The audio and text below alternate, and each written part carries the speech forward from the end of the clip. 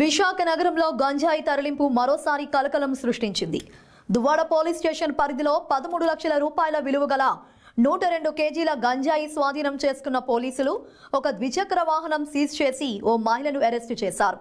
కాగా నగరంలోని Duvvada railway station దగ్గరలో ఓ మహిళ 4 ప్లాస్టిక్ సంచులతో గంజాయిని తన స్కూటీపై తెచ్చి రైల్వే స్టేషన్లోకి తరలించే ప్రయత్నం చేస్తుండగా పోలీస్ సిబ్బంది నిలువరించి ఆమె వద్ద గల సంచులను పరిశీలించగా 4 సంచుల్లో 2 కేజీల బరువు గల 51 ప్యాకెట్లలో 102 కేజీల గంజాయి ఉన్నట్లు గుర్తించారు. దాంతో సదరు మహిళను అదుపులోకి తీసుకొని విచారించగా ఆమె చెన్నైకి చెందిన మహిళగా గుర్తించారు. అరెస్టు చేసిన మహిళను రిమాండ్కు తరలించినట్లు పోలీసులు తెలిపారు.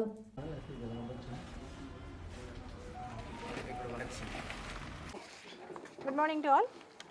నిన్న మార్నింగ్ అంటే 28 నవంబర్ మార్నింగ్ అరౌండ్ 6 o'clockకి మన దువ్వాడ పోలీసులకు వచ్చిన ఒక స్పెసిఫిక్ ఇన్ఫార్మెంట్స్ నుంచి వచ్చిన ఇన్ఫర్మేషన్ ప్రకారం దువ్వాడ రైల్వే స్టేషన్ దగ్గర they started conducting vehicle checking. ఆ వెహికల్ చెకింగ్లో ఒక స్కూటీ మీద వచ్చిన మహిళ 4 ప్లాస్టిక్ సంచులు తీసుకొని వెళ్ళడం గమనించడం జరిగింది.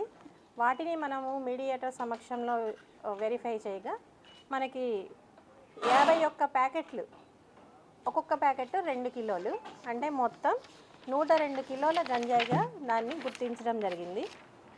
ఈ మహిళ తమిళనాడు మదురై జిల్లాకి చెందిన సెల్వి అని ఒక మహిళ అండి.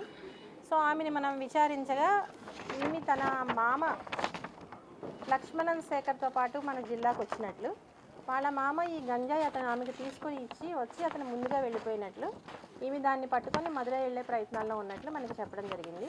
మన ఇన్ఫర్మేషన్ వచ్చిన ప్రకారం మనం వీళ్ళని పట్టుకున్నాము. సో ప్రస్తుతానికి ఈమెని మనం రిమాండ్కి తరలించడం జరిగింది. ఆ లక్ష్మణ శేఖర్ అన్న వాళ్ళ మామ ఎక్కడున్నాడు అది కూడా వెరిఫై చేసి అతన్ని కూడా మనం అదుపులోకి తీసుకుందాం. ముద్దాయి నుంచి మనం 102 కిలోల గంజాయి, ఒక హోండా యాక్టివా, ఒక ఆండ్రాయిడ్ ఒప్పో సీజ్ చేయడం జరిగింది. సో దాన్ని వెరిఫై చేసి ఇంకా ఈ లింక్లో ఎంతమంది ఉన్నారు, ఇక్కడ ఎవరి నుంచి వాళ్ళు కొన్నారు, ఎక్కడికి తీసుకెళ్తున్నారు, స్పెసిఫిక్గా మదురైలో ఎవరికి అమ్మడం జరుగుతుంది, ఇవన్నీ కూడా మనం విచారణలో బయటకు వస్తాయి. అలాగే కన్సర్న్ మదురై పోలీసులకు కూడా ఈమె గురించిన ఇన్ఫర్మేషన్ మనం ఇస్తాం.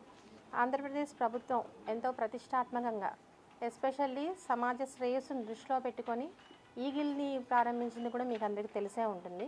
సో రాష్ట్ర ప్రభుత్వ ఆదేశాల మేరకు, డీజీపీ గారి ఆదేశాల మేరకు సిపి సార్ దీన్ని చాలా సీరియస్గా తీసుకోవడం జరిగింది. సో డైలీ మీరు చూస్తూ ఉంటే మా పోలీసులు వెహికల్ చెకింగ్స్ కానీ, అలాగే మనం స్టాటిక్ చెక్ పోస్టులు, మొబైల్ చెక్ పోస్టులు ఇవన్నీ కూడా ఆర్గనైజ్ చేస్తున్నాం. వైజాగ్ని గంజాయి రహిత కమిషనరేట్గా తీర్చిదిద్దాలన్నదే సిపి గారి ప్రయత్నం, మా అందరి ప్రయత్నం. సో దీంట్లో ఒకవేళ ప్రజలకు ఏమన్నా ఇన్ఫర్మేషన్ ఉంటే దయచేసి మాకు ఇన్ఫామ్ చేయవలసిందిగా కోరుతున్నాం. ఈ గంజాయిని మన నిర్మూలన చేయడానికి పూర్తిగా మనం చేసిన ఈ ప్రయత్నానికి ప్రజలు కూడా సహకరించవలసిందిగా మా విజ్ఞప్తి. మాకు వివరాలు అందించిన వారి డీటెయిల్స్ ఎవరైనా ఇన్ఫర్మేషన్ ఇస్తే గోప్యంగా ఉంచుతాం. అలాగే మన టోల్ ఫ్రీ నెంబర్కి కాల్ చేసినా, కంట్రోల్ రూమ్కి కాల్ చేసినా, లేదా సిపి సార్ వాట్సాప్ నెంబర్ ప్రతి ఒక్కరి దగ్గర ఉంది కాబట్టి దానికి ఒక మెసేజ్ పెట్టినా కానీ వెంటనే మనం రెస్పాండ్ అయ్యి వాళ్ళ నిందితులను పట్టుకునే ప్రయత్నం చేస్తాం. ఇప్పటి వరకు సహకరిస్తున్న ప్రతి ఒక్కరికి, మీడియా మిత్రులకు కూడా మా కృతజ్ఞతలు. అలాగే ఫ్యూచర్లో కూడా ఏ ఇన్ఫర్మేషన్ ఉన్నా ఇమ్మీడియట్ మాకు ఇవ్వవలసిందిగా కోరుతున్నాం. అలాగే ఈ గంజాయి వైజాగ్లో ఎట్టి పరిస్థితుల్లో కనబడకూడదన్నదే వైజాగ్ పోలీసుల లక్ష్యం. ఇలా గంజాయి కేసులు ఒకటి కన్నా ఎక్కువ ఉన్నట్లయితే వాళ్ళ మీద పీడీ యాక్ట్ పెట్టడం కూడా జరుగుతోంది.